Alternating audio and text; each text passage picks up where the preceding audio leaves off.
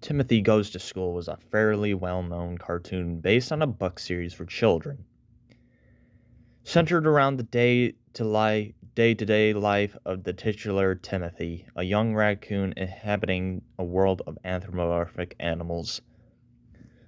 The show wasn't anything remarkable and was very much geared for the young audience.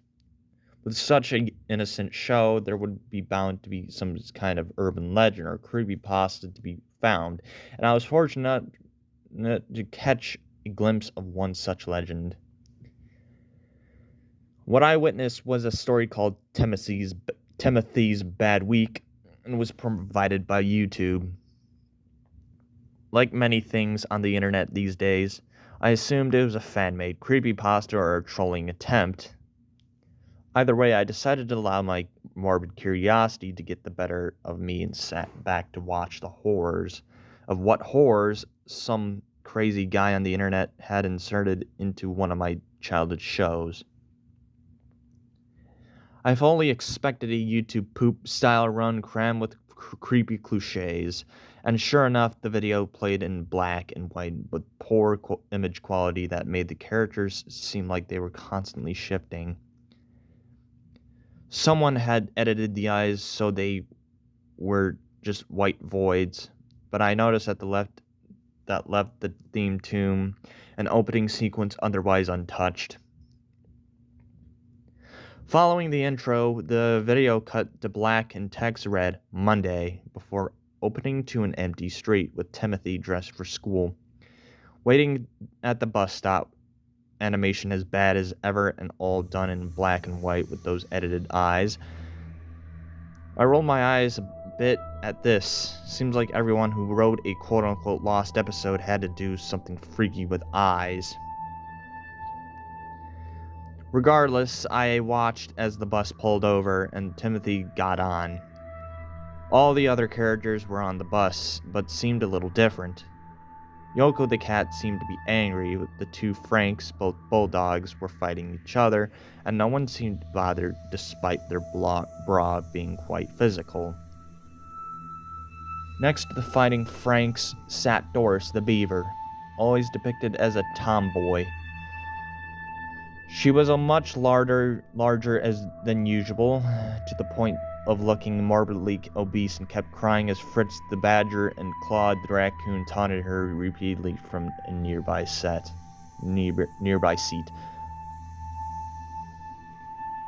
Timothy went to sit by a window and glanced over at Nora the mouse, who was holding hands with Charles, another mouse, the pair staring out in the front of themselves, trying to block out the rest of the world. Finally, at the very back of the bus, sat Lily the fox, only having one shoe and rather upset. One of her arms seemed to have noticeable bruises. The scene suddenly went to black and text read, Tuesday. To my surprise, when the text faded on the screen once again, showed Timothy waiting for the bus. This time his clothes seemed a little dirty and torn. As the bus pulled up and he climbed on board, Yoko the cat seemed very even angrier than the two Franks, who were covered in cuts and bruises, as they kept looking at one another from either side of the bus, as if they're ready to fight again at any moment. Doris was cowering in her seat as Fritz and Claude took to pelting her with spitballs. No one seemed to notice or care. Timothy once again sat by a window and glanced over at Nora and Charles. The two mice were now huddled together as if frightened, still staring in the front of themselves, ears pinned back. At the very back of the bus, Lily was now completely barefoot and bruised arm was now visibly scarred. A small cut was also visible on her right ear. The scene once again went black, and text read, Wednesday. By this point, I was getting a little bored of the repetitive cuts, yet my curiosity demanded as I continued to view regardless, as the scene once again showed Timothy waiting for the bus. This time his clothing was very dirty and torn. His fur also began to look unkempt as the bus pulled up and he climbed on board. Yoku was now flexing her claws quite literally and scratching at the back of the seat in front of her anger. The two Franks were still covered in cuts and bruises, though one of them now sported a cast on their arm as the other glared with a look on her pure hate at the other sibling. Doris was sobbing and begging Fritz and Claude to leave her alone as they taunted her, tossing donuts at her as they smuggled onto the bus in a small box. Timothy, per usual, sat by a window and glanced over Nora and Charles.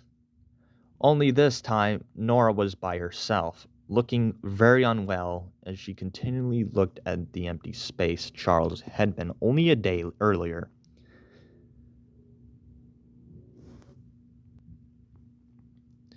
At the very back of the bus, Lily was still barefoot, as her feet now covered in mud, and her fur unkempt as her dress was all torn. Her scarred arm now lying limp as one of her ears had a large chunk missing. The scene went black once more and text read, Thursday. I have to admit, at this point, it was a little unnerving. Whoever had made this YouTube prank sure had a lot of time to waste.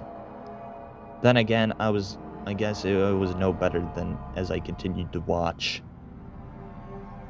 The text faded to reveal Timothy waiting for the bus yet again. This time his clothing was practically falling off him, and his fur looked like it was extremely dirty and unkempt. Once again, the bus pulled over and Timothy climbed on in. Yoku was nowhere to be seen. The two Franks were now down to one. It was covered from head to toe in vicious-looking scars and trembled uncontrollably, muttering to himself. Doris was catatonic as Fritz and Claude sat quietly, looking away from her and seemed to go lower their heads every now and then in a state of great shame. Timothy, as he always did, sat by a window and glanced over the empty chair Nora had occupied the other day. When he noticed that she was gone, Timothy turned to Fritz and Claude for the first time. The pair once again, lowering their heads as if they avoid his stare. At the very back of the bus, Lily was covered from head to toe in mud, cuts, and bruises. Her clothing was shredded and her right ear was now bandaged, and she had been taken to rocking back and forth singing, Kookaburra sits in the old gum tree. This was when things got very strange. Even by creepypasta standards, the Kookaburra sits in the old gum trees song continued to play over and over again as the scene turned to black in the text read, Friday. The song played on a loop as the now familiar sight of Timothy waiting for the bus appeared. However, he was now on crutches and hobbled onto the bus with a look of anger. The bus was completely empty, save for Fritz and Claude, the pair now sitting on either side of the bus and shaking uncontrollably as Timothy stopped and looked at them both before he headed to the usual window. Then everything faded to black as the Kookaburra Sits in the Old Gum Tree song played one final time before the video cut off. After a moment of thought, I turned off my computer and went to do some work in the real world. Deciding that while an interesting watch, this creepypasta was far from the best. Nevertheless, I could save the link so I could show a friend who used to watch the show religiously just to mess with them. It took a couple of days before I managed to get said friend around, and I opened the link to show them the story. To my surprise, the link ended up showing a normal episode of Timothy Goes to School, and my friend had a good laugh at my expense as I desperately tried to convince them I wasn't crazy. To this day, I have fully yet to understand where the real link went, and a part of me truly wonders if I didn't dream it all up. Whatever the case, the story of Timothy's bad week soon went from a pasta I hope to forget about after a cheap joke on a friend into a years-long obsession. Maybe someday someone will find it again. Until then, happy hunting.